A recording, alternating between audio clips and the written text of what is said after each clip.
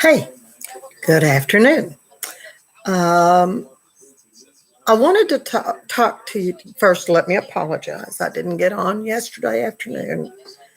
I developed some kind of a headache that was going from here to here and felt like I'd been hit right there. So I finally ended up in bed. I'm better today. Prayer. Um, I wanted to talk to you today about scales that are not right.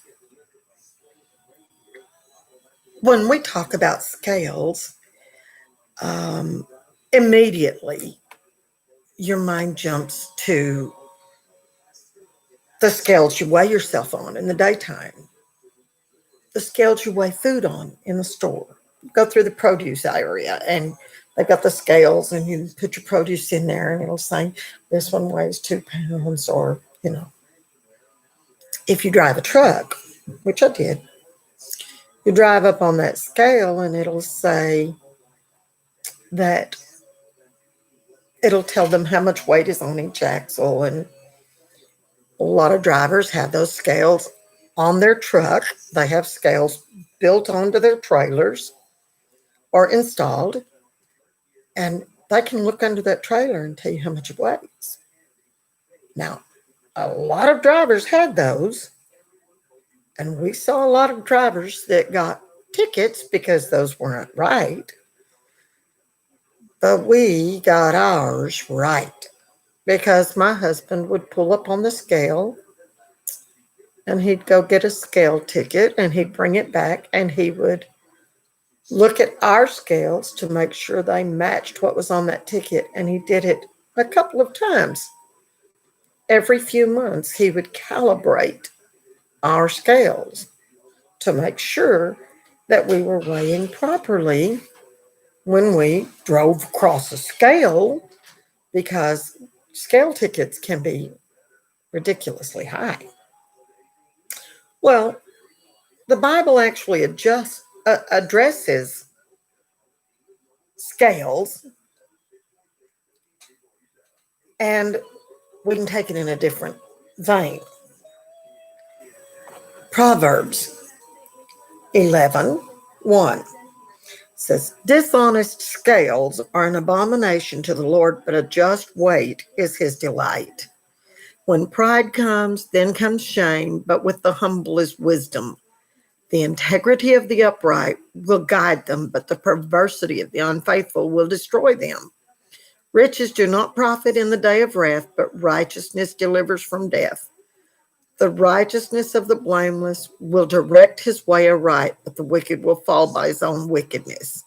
The righteousness of the upright will deliver them, but the unfaithful will be caught by their lust. When a wicked man dies, his expectation will perish, and the hope of the unjust perishes. The righteous is delivered from trouble, and it comes to the wicked instead. The hypocrite with his mouth destroys his neighbor, but through knowledge, the righteous will be delivered.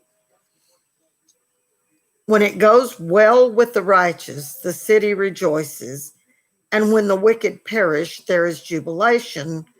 By the blessing of the upright, the city is exalted, but it is overthrown by the mouth of the wicked.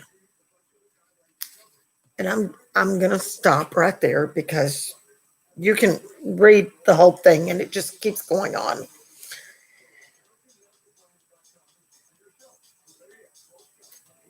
Have you thought about judges and lawyers, politicians? The weight, the scale of the unrighteous is an abomination to the Lord. How many of them lie to us?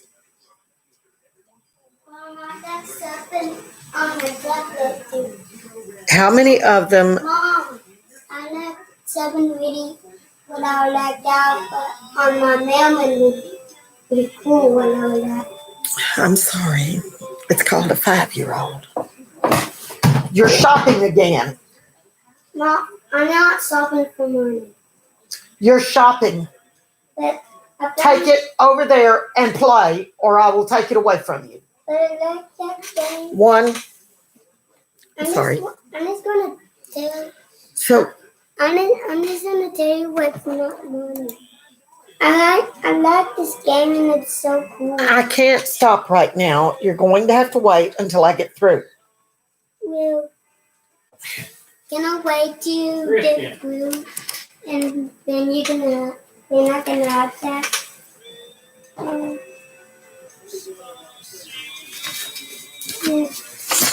I'll fix it. You're doing, Mom. Lawyers, politicians, these people want to tell us how to live our lives.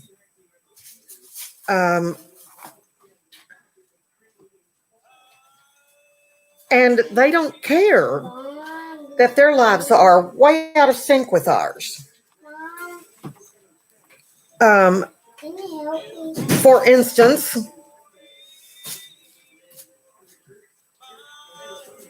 governors, mayors, Mom. telling people now to stay home. What's going on with this thing? I'm charging it. They're saying, you can't go anywhere, you can't do this, and you can't do that. Well, okay, but guess what? They can. No. The mayor of Austin, Texas, over Thanksgiving weekend was in Cabo San Lucas telling everybody in Austin, Texas to hunker down and stay home. Mom. Mom. He was saying, do not eat in a crowd. He had a wedding. I like this game, it's so cool. Oh, Knock on his door and tell him to turn this internet off. but I always wanted that kind of game. You go with me. No, I want more. I want more. I'm sorry. Sometimes we just have to take care of it. I really want one of those games. Because I really like him, Mom. Mom. Mom. Mom. Mom. Mom. I think I want to get this. I love you. We'll talk about it when I get off of here. I think I want to get two of these things off and get one without that. Mom. Mom. Mom.